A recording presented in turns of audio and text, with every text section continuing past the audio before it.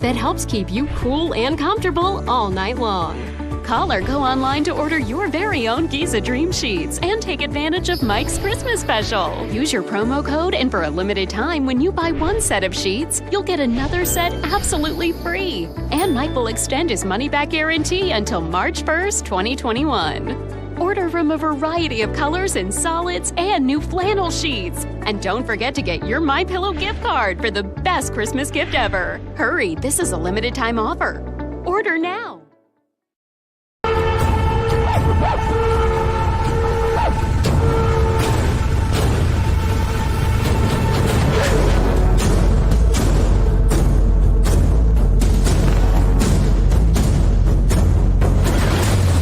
Stand by, Eric. You're live in 3, 2, 1. Welcome to Actionable Intelligence. I'm Eric Greitens. I'm honored to be with you tonight, and thank you again for joining us on the show that respects your intelligence, that honors you as a citizen, and that brings you the stories that the mainstream media is so often simply not willing to cover. You know, it's pretty striking how quickly the narrative from the left and the mainstream media has changed.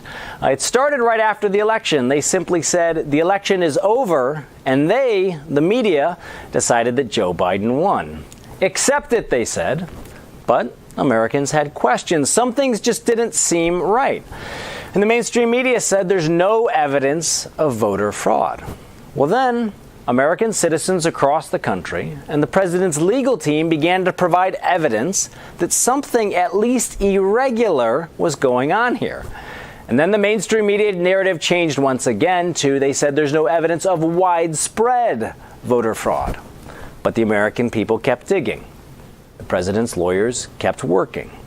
Hundreds of affidavits from across the country were filed, and brave Americans stepped forward, first-hand witnesses who bravely spoke out about what they saw take place on Election Day.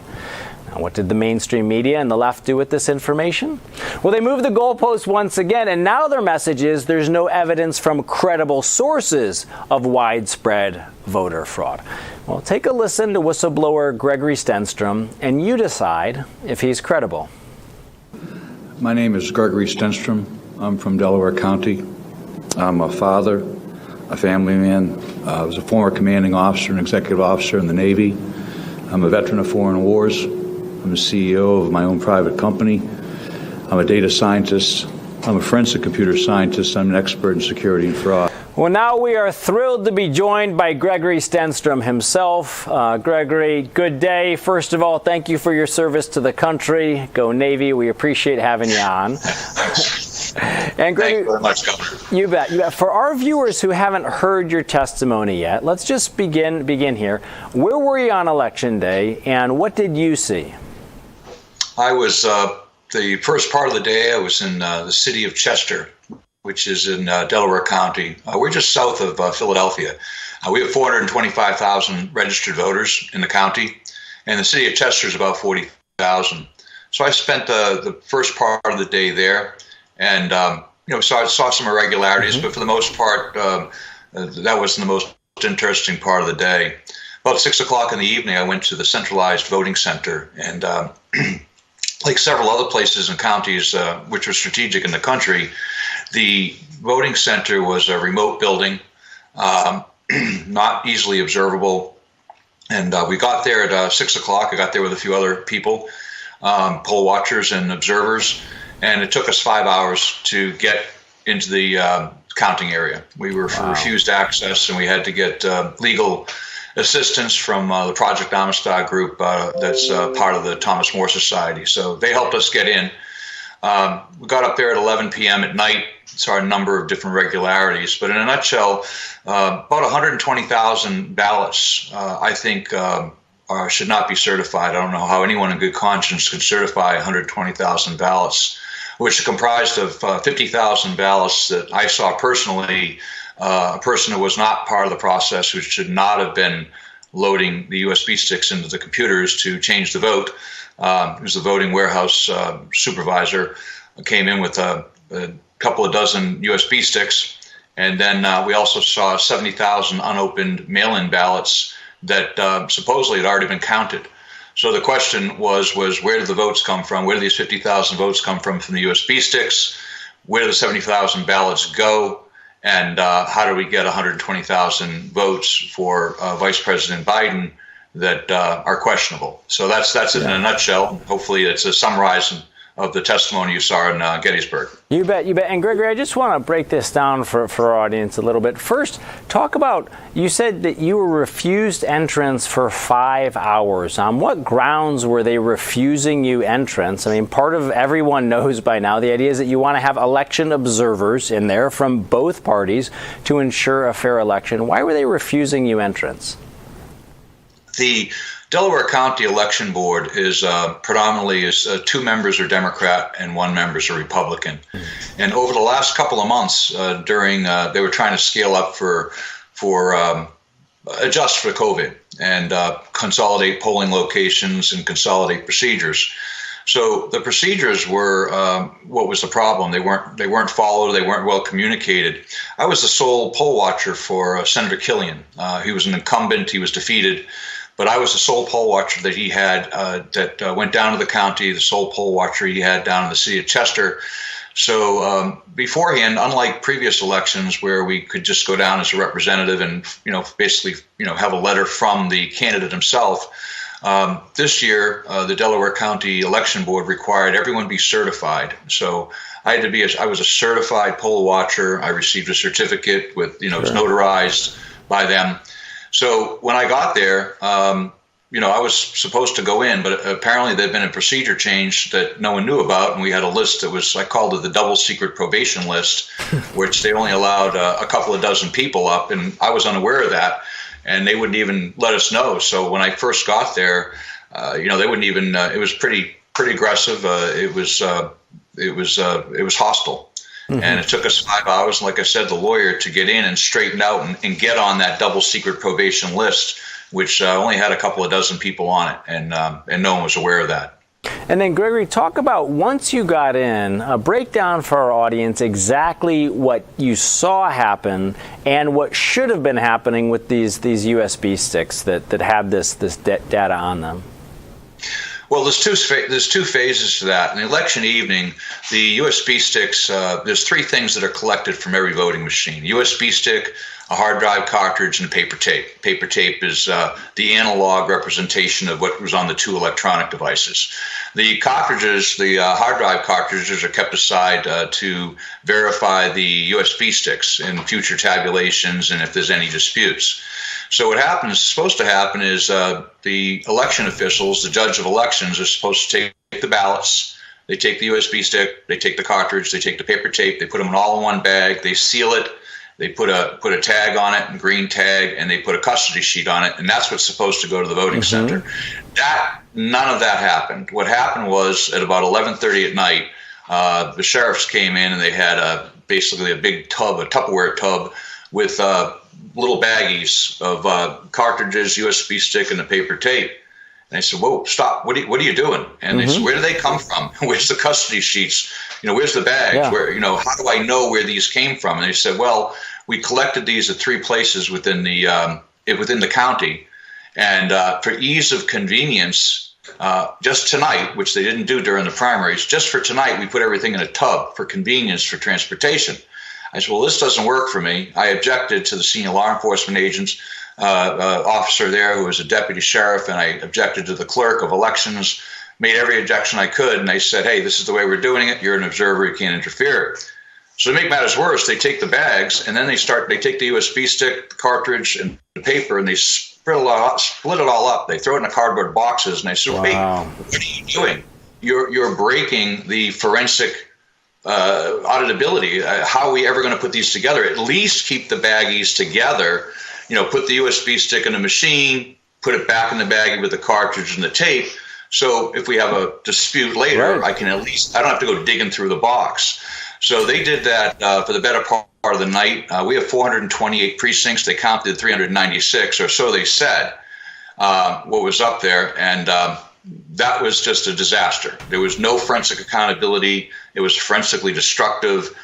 It was unconscionable. They didn't follow any of their procedures. Well, the next day and then the day after, the voting supervisor the warehouse of the voting machine shows up with the baggies, and we have photos of these. We have photos and video that we were able to capture, even though they were very, very surreptitious in the way they did it. He had a baggie of USB drives, holding by his side, and then he goes up to the machines and starts loading them in. And I saw this, and I said, "Stop!" Again, it was just crazy. And I said to the deputy sheriff again, I said, "Hey, Mike, you got to go and get Lorraine Hagan, who is the clerk of elections. Go get Lorraine. This can't happen." So he brought her out again. And I said, "Lorraine, why is the Jim," I'm not going to say his name here only because I've seen what his title is, but I said, "Why is he loading these?" And she said, "You're here to observe and you can't interfere." And I said, "Well, I object. I've got a guy who's not part of the process. This is not in the election procedures we said we would do, loading USB sticks in." Well, he kept going, and he just had his head down. He ignored us. I objected vigorously, and then when he was done, I said, "I want to see the voting update." They had a screen there where they updated the votes. So it took them about an hour before they finally complied, and I don't think they wanted to, but I remember the time distinctly. It was 1:06, the vote was updated. And during the interim from the morning and the time, and nothing else happened during this time period, he was loading USB sticks, Vice President Biden gained 50,000 votes from those USBs. Now later, they said, you'll see some things, and some people refuted my testimony and refuted what I said. And I said, well, this is easy. I begged the U.S. Attorney's Office in Philadelphia, spoke to them directly. I begged the Pennsylvania Attorney General's office. I begged anybody with a badge to come down. I said, all you need to do is get the forensic images of the computers. You can prove me wrong. They'll show when the USB sticks were plugged in, and I said, get the USB sticks. Every USB stick is encrypted and tied to the voting machine. I says, all you have to do is produce this, and then you can prove me wrong.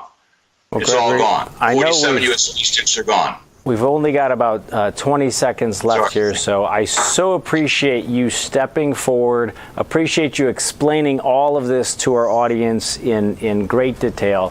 Folks, that's Gregory Stenstrom, American patriot, a whistleblower who has stepped forward to let all of us know about what happened in Pennsylvania. We'll be right back.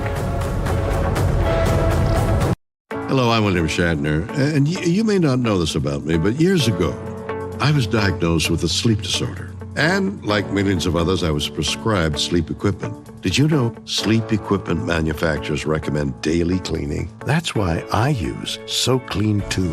It's the perfect complement to my daily routine, and it's hassle-free. SoClean 2 is fast and easy. It keeps my sleep equipment fresh every day without the need for disassembly. To keep the immune system strong, we should do everything we can to ensure a good night's sleep, including using the SoClean 2 daily to keep sleep equipment fresh. Try SoClean 2 risk-free for 30 nights. Order now and get $100 off. SoClean 2 is so fast and gives you peace of mind that your sleep equipment is fresh each time you use it. Call the number on your screen or go to SoClean2.com to take advantage of this risk-free trial and get $100 off. Call now. Hello, I'm Mike Lindell, and as you know, my passion is to help each and every one of you get the best sleep of your life. That's why I created my new Giza Dreams bed sheets. I started by using the world's best cotton called Giza. It's only grown in a region between the Sahara Desert, the Mediterranean Sea, and the Nile River. It's ultra soft and breathable, but extremely durable. My Giza sheets also include full 21-inch wide pillowcases that will fit over any pillow and deep pocket sheets that will fit over any mattress. The first night you sleep on my sheets, you'll never want to sleep on anything else. Call or go online now to take advantage of Mike's Christmas special. Use your promo code, and for a limited time, when you buy one set of sheets, you'll get another set absolutely free. And Mike will extend his money-back guarantee until March 1st, 2021. Order from a variety of colors and solids and new flannel sheets. And don't forget to get your MyPillow gift card for the best Christmas gift ever. Order now. My son needs this drug. I hope it doesn't cost too much. I hope my insurance pays for it. Can you tell me how much this will be? 67. Sorry. Wait, have you heard about GoodRx? GoodRx finds free coupons to help you save up to 80% on your prescriptions. had no idea. Good RX. Stop paying too much for your prescriptions.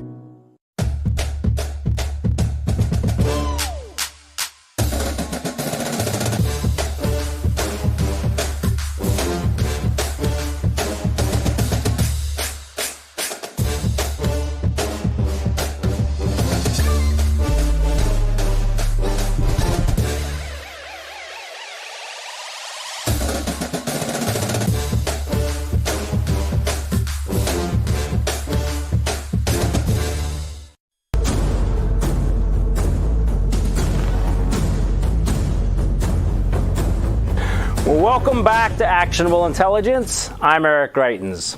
There's a story out of Breitbart News today from Dr. A.W.R. Hawkins. As you know, the nation's eyes are on Georgia, where the U.S. Senate is hanging in the balance. And in that race, Democrat Raphael Warnock is taking heat for some comments he's made in his past about the right of conservatives to carry guns in houses of worship.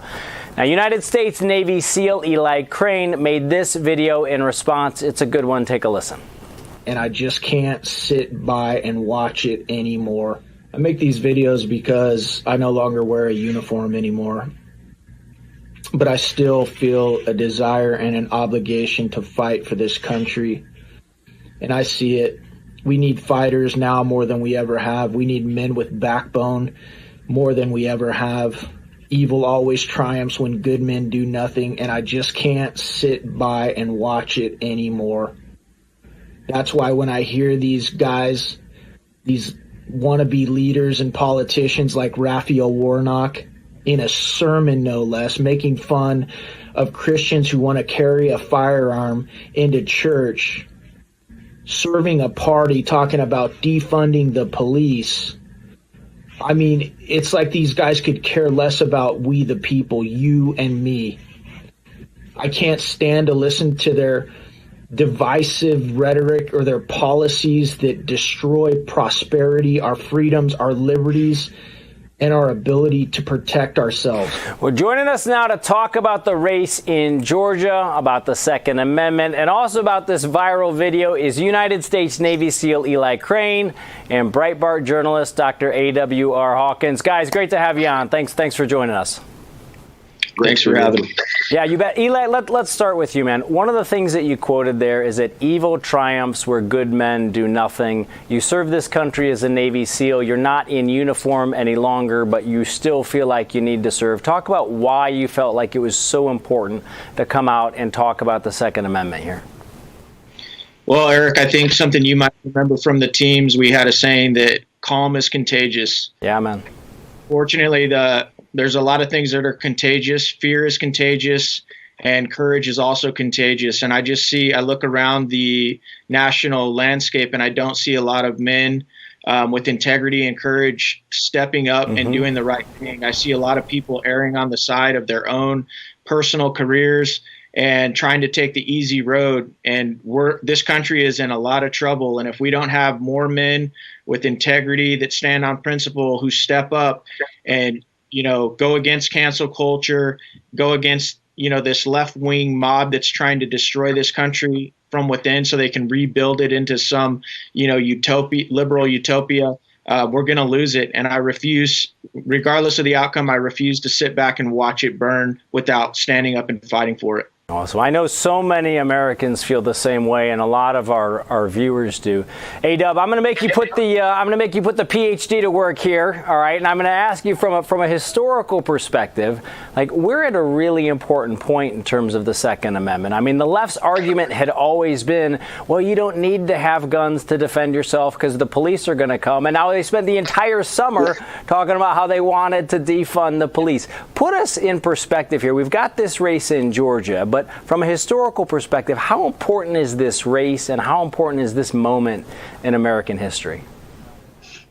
This moment, Eric, is singular in many ways. And you look, we just secured what you might call a 6-3 pro-Second Amendment majority on the Supreme Court. In reality, that's probably a 5-4 majority, so that's pretty slim. But you have a party in the Democrat Party that openly talks about packing the court. If they could get control of the Senate They want to expand the number of justices from 9 to, say, 13 or 18, and that will immediately overwhelm the pro-Second Amendment majority. Not only that, you have people openly talking. As you say, the Democrat Party has long had plans, but they kind of try to run secretive on those plans, but not now. Now you have John Ossoff in Georgia. He's running openly on banning semi-automatic rifles. He wants anyone who owns a semi-automatic pistol to have to get a license to hold on to that. He wants to criminalize private gun sales. He wants to go after the quote-unquote gun show loophole, which we all know is non-existent. I could keep going, but the bottom line is, if you look at it historically, what you have here is you have a group of hardcore ideologues, not just Democrats anymore, but they've taken the party to the position of ideologue. And if they can get the Senate, then they have the tools they need between the White House and the Senate to run roughshod over the Supreme Court and then over the Second Amendment. And with the court gone, there's nothing to stop them. Yeah, and Eli, talk a little bit, if you would, please, about why for you it's so important for you, your family, to be able to defend themselves. I mean, why are you such a strong fighter for the Second Amendment in particular? You know, for me, it's not clearly, obviously, my role as husband and father is to protect my family. But for me, this is so much bigger. This is about Americans everywhere. You know, it's like there has always been evil. There always will be evil. We need to be able to protect ourselves. But the thing that I'm most concerned about, even more so than the Second Amendment, though that is really important, is you really have two sides to this. You have a side that's fighting for, you know, out for blood, and you have a side that acts like they're not even in a fight. And we better wake up as Americans and realize what's going down in this country right now.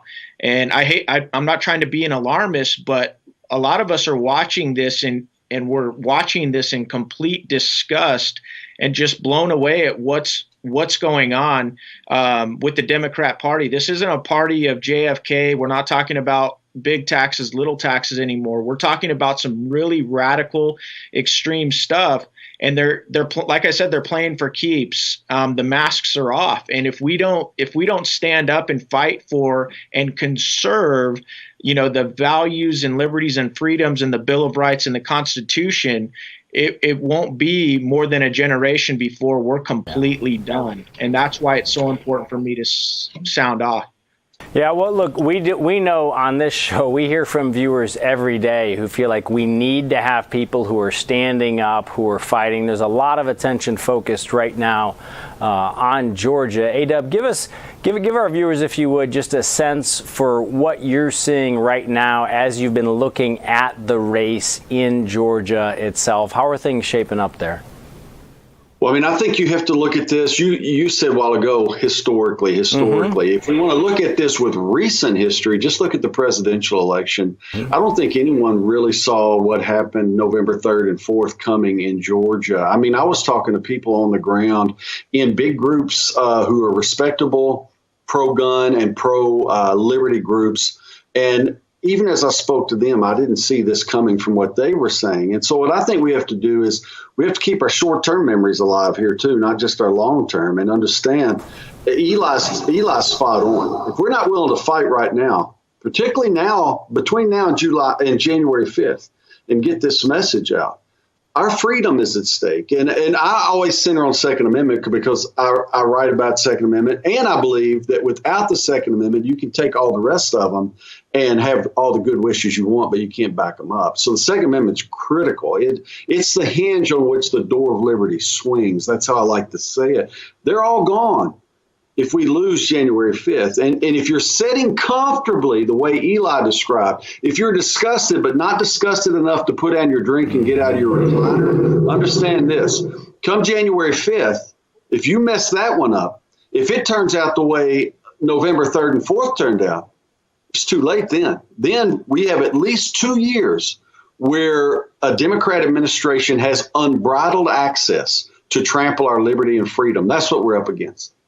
Yeah, and I think one of the things that people saw over the course of the whole summer is that as they watched this defund the police movement, as they watched violence and looting in cities across the country, as they saw people engaged in arson who weren't punished, this basic idea that the government is supposed to help to protect your life, your liberty, your property, like a lot of people started to question whether or not the government was really committed to doing that. And we saw our guys on the front line, police officers who were out there. The major cities' police chiefs just came out and said that we actually had thousands of officers who were injured over the course of the summer. Eli, I know how important it is to you to make sure that the guys on the front lines always know that you have their backs. Talk a little bit about how important you think it is to be supporting our law enforcement officers in a time like this. I mean, it's absolutely paramount. I know many of us patriots have watched just in utter horror as these Democrat-run cities have fallen into chaos and anarchy, and also watched the mainstream media only report when our police officers, get caught in a situation, that's a tough one, even when sometimes they do something that's, wrong or unjustifiable, but they never cover, the 99.999% of the calls that they go out on that they do a flawless job on. And it just bothers us because, some of us that have carried a gun around the world, and, tried to fight evil every day, understand how difficult it is and how you get into situations that aren't always black and white. There's a lot of gray areas. You have to make snap decisions with the information that you have. You don't have the luxury of getting to see something from 57 different angles. And it's just like, I know that like in the police force, just like in the SEAL teams, just like in every other occupation in the world, you're going to have some bad apples. Those guys and gals need to be dealt with. But if we lose the confidence of our police, if they don't think that we have our backs anymore, not only are they not going to show up when we need them, but you can kiss our society goodbye, because there will be no more order. Awesome. Well, guys, it is so good to have you both on. Again, folks, it's Eli Crane. Check out his company, Bottle Breacher, and Dr. A.W.R. Hawkins. Check out the writing that he's doing on the Second Amendment and other issues there at Breitbart. Very much appreciate both of you being on. And if you do want to take action, let your friends know that you're out at justthenews.com, that you're getting stories from the mainstream media here at Real America's Voice that the mainstream media is often ignoring. We'll be back in a minute.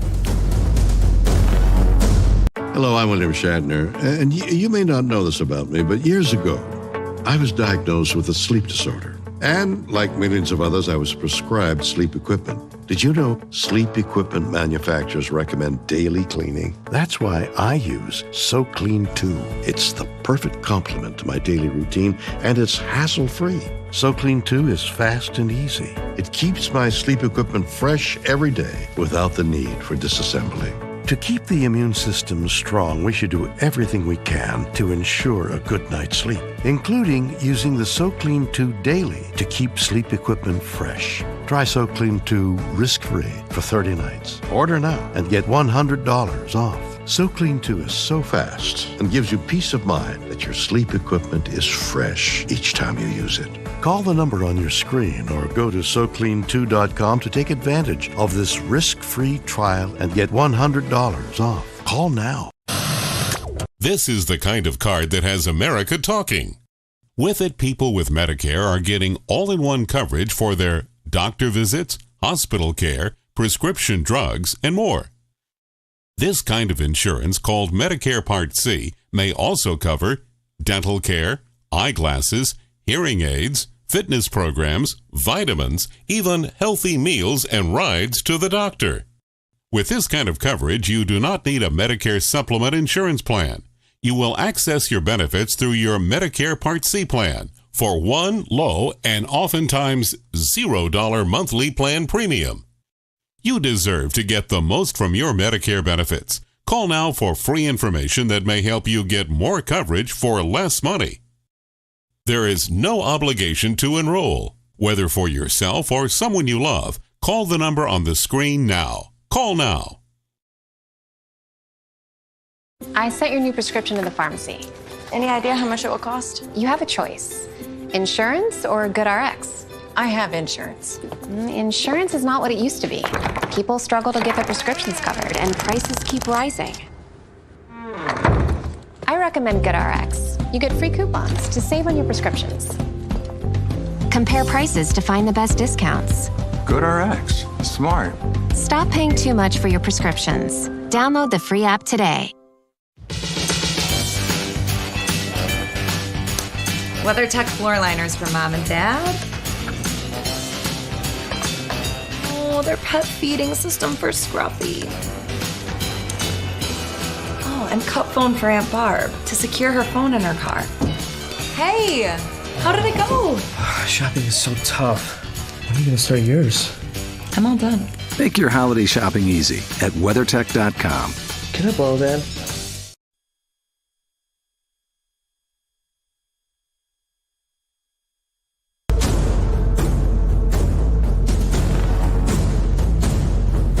Welcome back to Actionable Intelligence. I'm Eric Greitens. While big tech companies continue to do well, and many at the top of the economic food chain are profiting, many small businesses and average American workers continue to struggle. Millions of our fellow Americans remain out of work, and now politicians are engaging in many places in another round of closing businesses. Some of these politicians have hypocritically been out dining themselves and then told you that you can't. They've been pleased to frequent high-dollar dinners with lobbyists, but then turn around and close your favorite local restaurant. I'd like to welcome in my next guest. She's the Chief Communications Officer of the Job Creators Network, an expert in all things small business, not to mention a great friend of the show, Elaine Parker. Elaine, thank you so much for joining us. Hi, Eric. Thanks for having me. You bet. Hey, I wanted to start here. Your team at the Job Creators Network is working on, you've actually had a piece out for a while now called Flatten the Fear. I'd love to play this video and then get your thoughts on it. I know how hard this shutdown has been on families and our society. I'm confident that the time has come for us to start opening up our communities. Because we know who is at low risk, we can let these individuals get back to work. We also know which groups are at highest risk and can focus our resources on protecting them. It's time for Main Street. It's time for Main Street to reopen. For more information, go to flattenthefear.com. All right, Elaine, tell us about this message about flattening the fear and how relevant it is right now. Well, we launched Flatten the Fear a few months ago, and the point of it was we were working with physicians across the country who are experts in treating COVID and understanding how these cases were impacting society, but not just the virus itself, but how the shutdowns were impacting our kids and the overall societal costs. And so what we did was we put a microphone in front of physicians to get them out there and help educate society basically on how we could be safe, how we could isolate the few, the people who are in the populations that are very vulnerable, but how we as society could reopen and get back to work and get our kids back in school. And a lot of it was get our kids back in school. That's the first stepping point to reopening society. And we get our jobs back and we get parents working and paychecks flowing again. And so a lot of that was a domino effect. And we've been working very hard at getting those voices heard. Yeah, I think it is so important because, as you and many others have pointed out, is that there are a lot of effects to closing small businesses. I work with a lot of veterans who are coming back from Iraq and Afghanistan, and when people lose their job, when people have to close their business, it has effects on people, not just on their pocketbook, it also has effects on their health. It's so good to have physicians out there talking about this message. If you could, give our viewers just a sense, because you've got a sense of working with job creators all over the country, especially with small businesses. Give them a sense for what these shutdowns mean for a lot of our small businesses around the country. Look, these shutdowns have been devastating, and in some states it's worse than others, and they've been much longer than others. And the thing that's been the lifesaver, the lifeline for small businesses, was the passage of the CARES Act and the Paycheck Protection Program. One of the most successful government relief programs we've probably ever seen in the history of this country was the Paycheck Protection Program, which provided forgivable loans to small businesses to help keep their employees attached to the business, help keep them paid, and help keep their lights on. But that program expired in August with actually $130 billion still appropriated into the program, but Congress needs to renew the program. And I know there's a lot of bickering back and forth about the size of the next stimulus package, whether it's $3 trillion, what Nancy Pelosi originally wanted, to $500 billion, what McConnell wanted, and now they're talking about a bipartisan plan that they're all sort of looking at and starting to congregate around, that is somewhere around $900 billion. But they literally today could renew and reappropriate that $130 billion in the Paycheck Protection Program if they would just come together and do that first, which would help small businesses, because every day we lose more small businesses. According to Yelp, we've already lost 100,000 small businesses that will never open again. Wow. And so we need to make that a priority because they generate most of the jobs. They do. They generate most of the jobs in communities across the country. And if you could, let's drill down on that point, because I think, a lot of people who own small businesses recognize this. A lot of people who've been part of small businesses recognize this. But when a business is facing months of closure, when they've had to let some of them have had to let their employees go, these businesses might not be coming back. And I think, unfortunately, there's been this idea that's been out there that, suddenly the lights are just going to turn back on and that business owners are going to be able to kind of open up shop in the same way. Talk about the mechanics of what happens when we actually lose small businesses, when they don't get the help that they need. Look, our small business owners are our neighbors, our friends, our relatives, our bosses. All of us, in one way or another, are connected to small businesses. We either shop there, we work there, or we know someone who owns one. And when we lose that part of our community, they're generating most of the jobs, as I said, but it's not the big box stores that are generating the jobs. They're going to be fine. But our small business owners have been on the front end of the prosperity that we've seen over the last 3-4 years under the Trump administration. But they're also on the front end of this pandemic as we saw these shutdowns. And the worst hit has been our restaurants. I mean, if we don't start getting some relief to these restaurant owners, we're not going to have restaurants to come back to. They're not just going to be there. And again, I implore Congress to come together and just renew the Paycheck Protection Program, fight about the other stuff later, and get something done for the others, the other stuff done before the end of the year. But they could literally turn that light on, turn that spigot on, and release $130 billion today. Yeah, and Elaine, give our viewers a sense, because I think one of the things that's so frustrating is that in Washington, D.C., a lot of the big companies, if it's a big tech company, if it's a Fortune 500 company, they often have hired lobbyists who are walking around Capitol Hill. Sometimes they're former politicians who are getting paid to advance their interests. But if you're a small business owner, if you're running a small restaurant, if you've got a small business of any kind, you haven't hired a personal lobbyist. I mean, talk about how important it is to find ways to bring the voices of small businesses together so that you can speak with one voice to represent the millions of Americans who care about this. Well, that's exactly what we do at the Job Creators Network. We represent small businesses. We call them Main Street small businesses, and there's 30 million of them in this country. They employ 60 million people.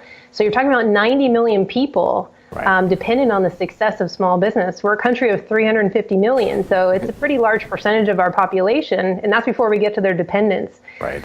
So small businesses, I refer to them as chief cook and bottle washer. They tend to do everything. They don't have floors of lobbyists and lawyers in Washington working for them, but that's what we do at Job Creators Network. We advocate for them for lower taxes and less regulations, and better access to capital. And we try to elevate their voice in D.C. so that the folks in D.C. understand exactly what these small businesses are doing on the front lines, because that's where they are. They are on the front lines.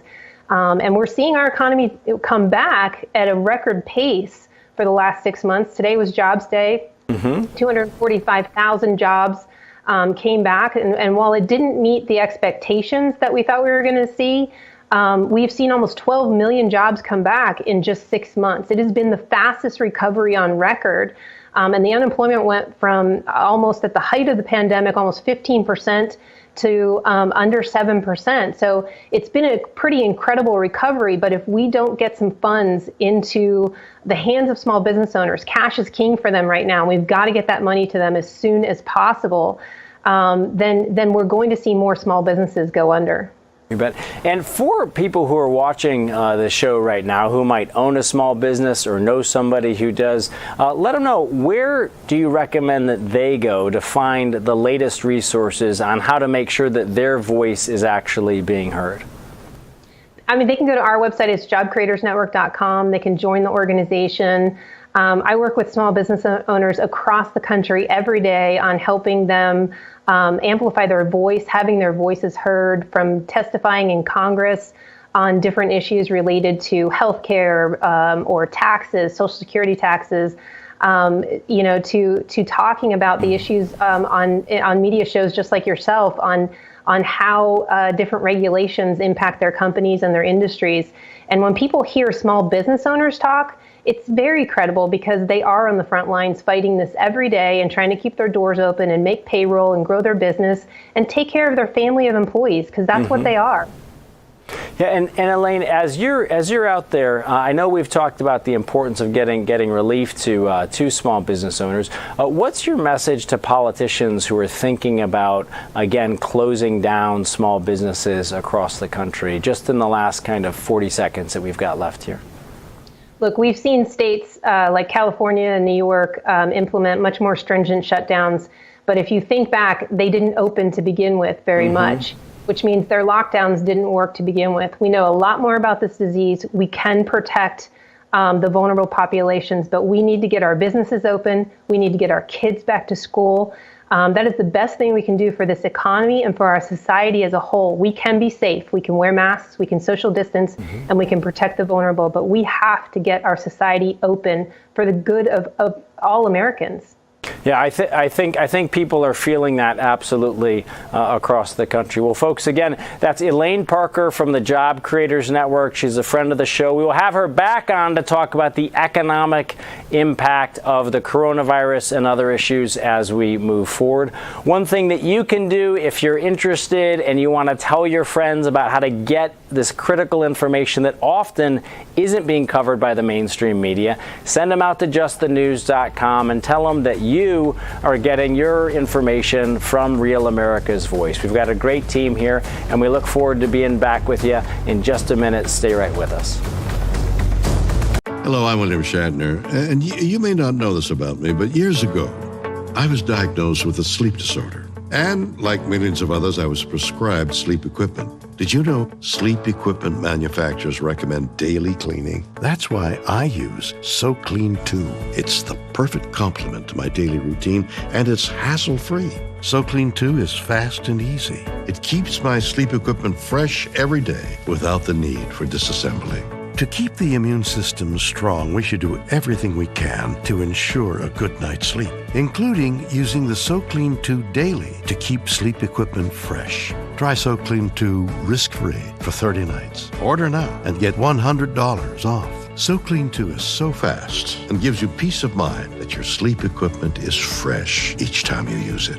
Call the number on your screen or go to SoClean2.com to take advantage of this risk-free trial and get $100 off. Call now. Hello, I'm Mike Lindell, and as you know, my passion is to help each and every one of you get the best sleep of your life. That's why I created my new Giza Dreams bed sheets. I started by using the world's best cotton called Giza. It's only grown in a region between the Sahara Desert, the Mediterranean Sea, and the Nile River. It's ultra soft and breathable, but extremely durable. My Giza sheets also include full 21-inch wide pillowcases that will fit over any pillow and deep pocket sheets that will fit over over any mattress. The first night you sleep on my sheets, you'll never want to sleep on anything else. Call or go online now to take advantage of Mike's Christmas special. Use your promo code, and for a limited time, when you buy one set of sheets, you'll get another set absolutely free. And Mike will extend his money-back guarantee until March 1st, 2021. Order from a variety of colors and solids and new flannel sheets. And don't forget to get your MyPillow gift card for the best Christmas gift ever. Order now.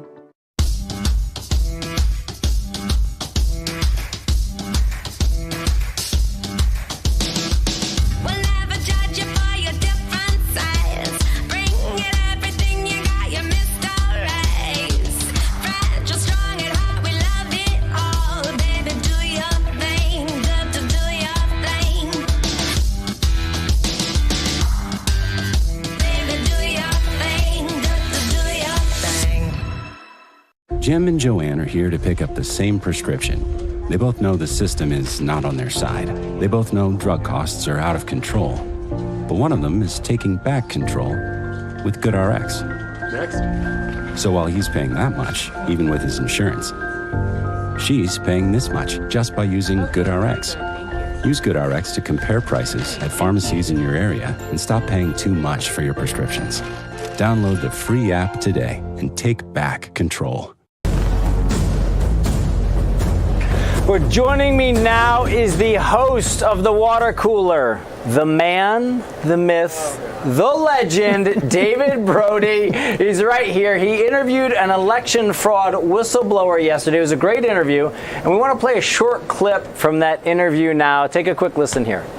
Clearly, your story has been told everywhere, but the mainstream media is ignoring it, by the way. I know. And it's a shame on them, A shame on them that I mean, hey, I can only speculate, but I maybe take your hand out on some people's pockets, What I'll say, though, is I know there's other people like me out there, and I know there are. Come forward. Don't be scared. Don't be scared. Don't be intimidated. And I'm going to tell everyone, do the right thing. And your 10-second message to President Trump, who's fighting this type of stuff? My 10-second message would be, hey, I'm here for you, brother. I'm here for you, man. Just trying to do the right thing, man. Just trying to do the right thing. Jesse Morgan, thanks for speaking out. I really appreciate it. Absolutely. Thank you. All right. We're back in a moment with more show. Well, David is right here. So, David, look, you had a chance to sit down right in person with one of the whistleblowers. His message seemed pretty simple, which is that he's just trying to do the right thing. And yet, the mainstream media is ignoring not just his testimony, but a lot of testimony from whistleblowers around the country. What do you make of this? And as a matter of fact, Eric, he's got about 4 or 5 million views online of what he's been saying. And he had a press conference with Phil Klein and some other folks with the Amistad Project. And so, look, it's getting viral traction, but good luck trying to find it on CNN, MSNBC.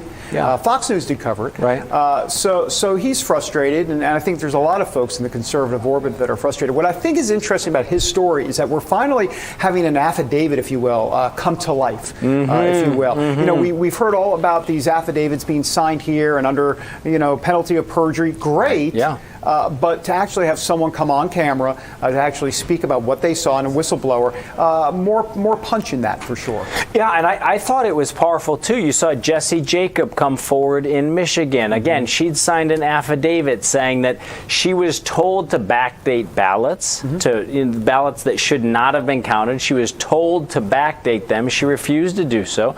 We'd covered her story. We'd talked about it. But then to have people actually come forward so that their fellow Americans can see them standing up and saying, look, this is what I observed. This is what happened. I think it brings it to light. Yeah. The other thing I think is really important is this video coming out of Georgia. A lot of you might have already seen this. This is some pretty explosive footage coming out of Georgia last night. It's surveillance camera footage that shows election officials clearing the election counting room and telling everybody that they're going to stop counting ballots, but then they move in ballots. It's almost unbelievable. Check out the video here. At about 8 o'clock in the morning, we're going to roll this back and show it to you. There you go. So now they're going to start pulling these ballots out from under this table.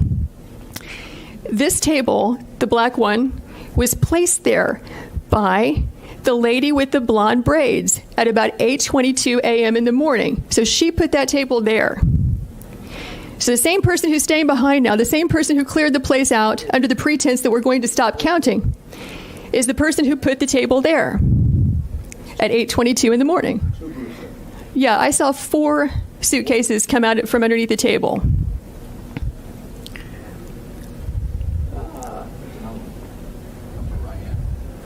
Yeah, upper right hand, you see the gentleman in the red. So he just pulled one out.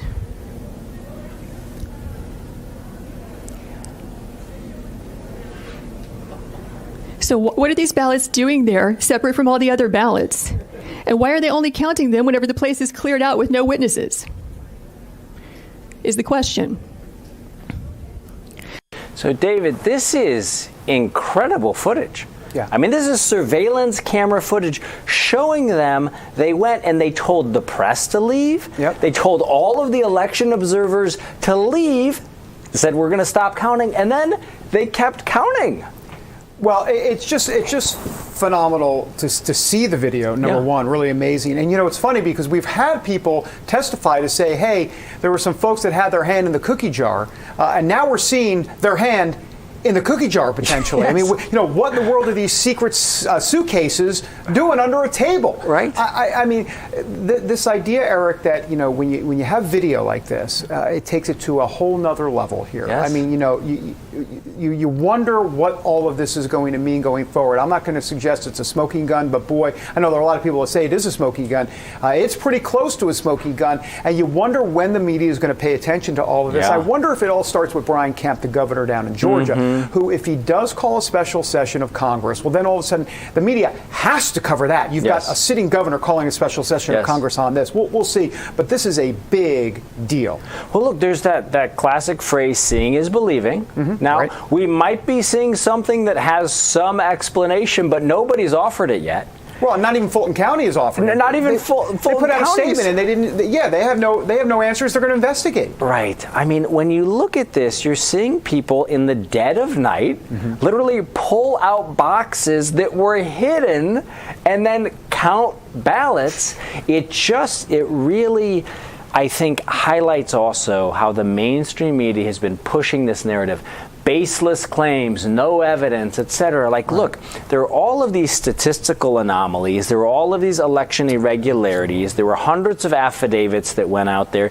You have people personally signing, swearing to widespread fraud. But now you actually have video evidence that, again, we don't know. Maybe there's an explanation. But right now, that's what it looks like. Well, right. And what I've been saying on the water cooler every day is that it's not the Great Depression that we've heard about so much in history. It's now the Great Suppression by the media. They are suppressing this information because guess what, Eric? I mean, this is news. I mean, this isn't Pizzagate. This isn't a conspiracy theory. This is actual news that is happening where in real time politicians, state lawmakers are reacting to evidence that's being presented. How do you not cover it? You might not agree with it. You might think everybody's Bozo the Clown. You might, whatever the case, who cares? It's not your job to decide what is news and what's not when lawmakers are actually involved in the process. Yeah, and you have a presidential election hanging in the balance. Absolutely. I mean, how uncurious can you be that they're wanting to look the other way instead of just figure out what happened there? Go win a Pulitzer Prize. I mean,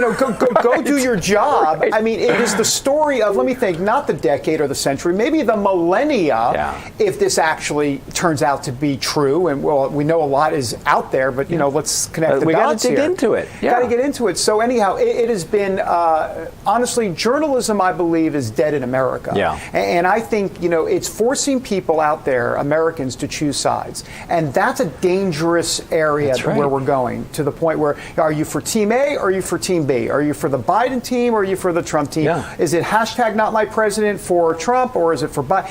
It's a very dangerous place right now. Now, speaking of the mainstream media, I want to get your reaction to some of these CNN clips that have been coming out. As you know, like Project Veritas and James O'Keefe released new tapes last night from the CNN morning senior staff call. Now, this time, it's CNN President Jeff Zucker calling America's Mayor Rudy Giuliani, quote, a useful idiot. This is what he had to say. We're going to play that tape for you now.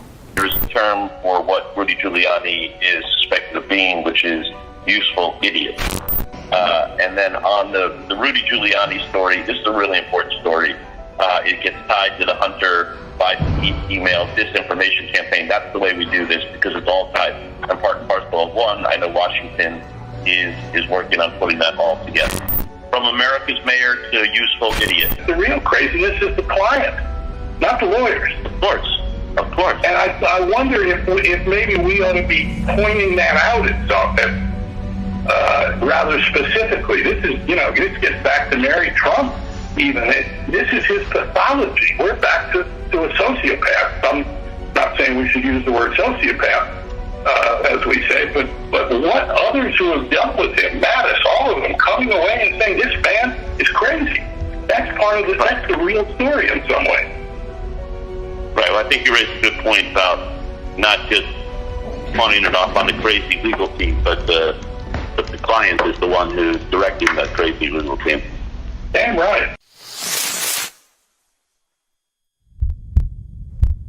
Well, David, what do you make of this? What do you make of this? I don't even know where to begin. It's like an orange man bad conference call is really what it is. Right. Look, where do I even begin? I've been in the business over 30 years. I've been in these editorial meetings at the local and national level. Yes. Look, that is not the way editorial morning conference calls are being held. You don't wax poetic about any sort of figure, whether it be a lawyer or a president or a politician. You don't do it. Now, do people around the table have differing opinions on how a story should be covered? Absolutely.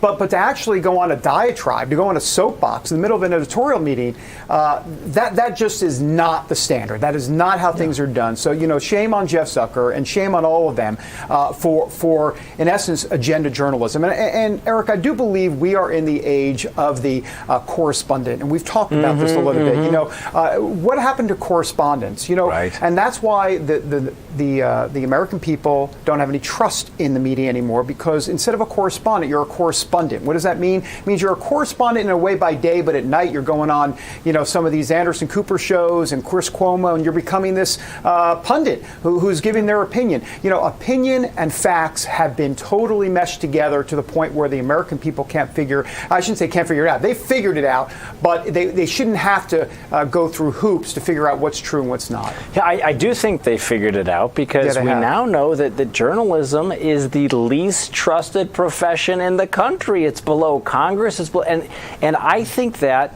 is gotten, and I think in many ways that's because you've seen this deterioration in people's trust since 2016. Right? Not that it was particularly high then, but you had years of the Russia collusion hoax, you had them ignoring the Hunter Biden story, and now, I think people saw the kind of front, what they put out, but now you're getting a look behind the scenes.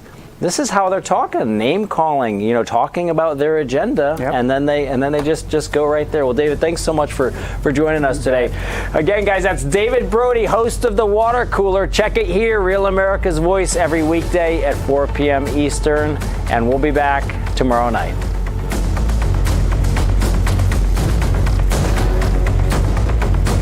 Hello, I'm Mike Lindell, and as you know, my passion is to help each and every one of you get the best sleep of your life. That's why I created my new Giza Dreams bed sheets. I started by using the world's best cotton called Giza. It's only grown in a region between the Sahara Desert, the Mediterranean Sea, and the Nile River.